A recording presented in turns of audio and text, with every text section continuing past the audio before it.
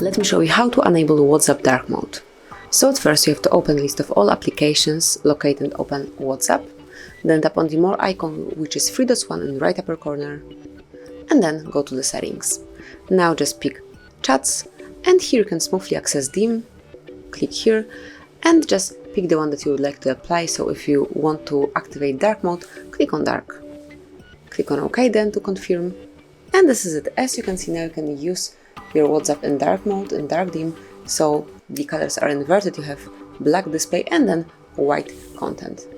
To go back to the normal mode, to the light mode, just go to the settings one more time, pick chats, go to dim, and then pick light or system default, whichever you prefer, tap on OK, and that's it. As you can see now, you're in light mode and you can use WhatsApp in this default mode.